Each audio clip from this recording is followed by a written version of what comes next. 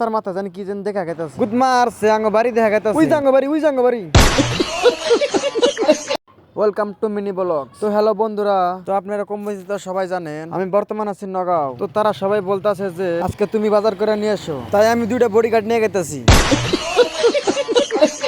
Bodyguard দুইটা এমন ভাবে 5 লাগছে আঙ্গ দেখে ভয় খাইতেছে। তো মানুষ হলে কি বালটা ফালাবো।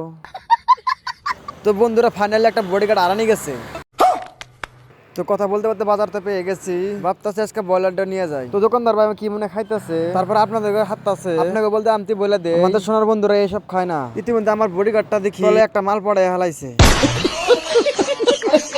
তারপর বলার মাংসটা নিয়ে নিলাম, দোকানদার পয়সা দোকানদারে দিয়ে দিলাম। তারপর অল্প দূরে দেখি চাচা আমার সিমার নেসার আনছে, লোকাল সবজির দিকে দামাদামি করে নিয়ে নিলাম। তারপরে দেখি সারা বাজারে একটা সবজি দিয়ে ভরে হালাইছে। তো আমি যে দোকানদার ভাইকে বললাম মজার পেঁয়াজ দিন। তো ভালো করে লক্ষ্য করে দেখি চাচার মাথা জানি কি যেন দেখা গেছে গুদ মারছে আঙ্গ বাড়ি দেখা গেছে উই জাঙ্গ বাড়ি।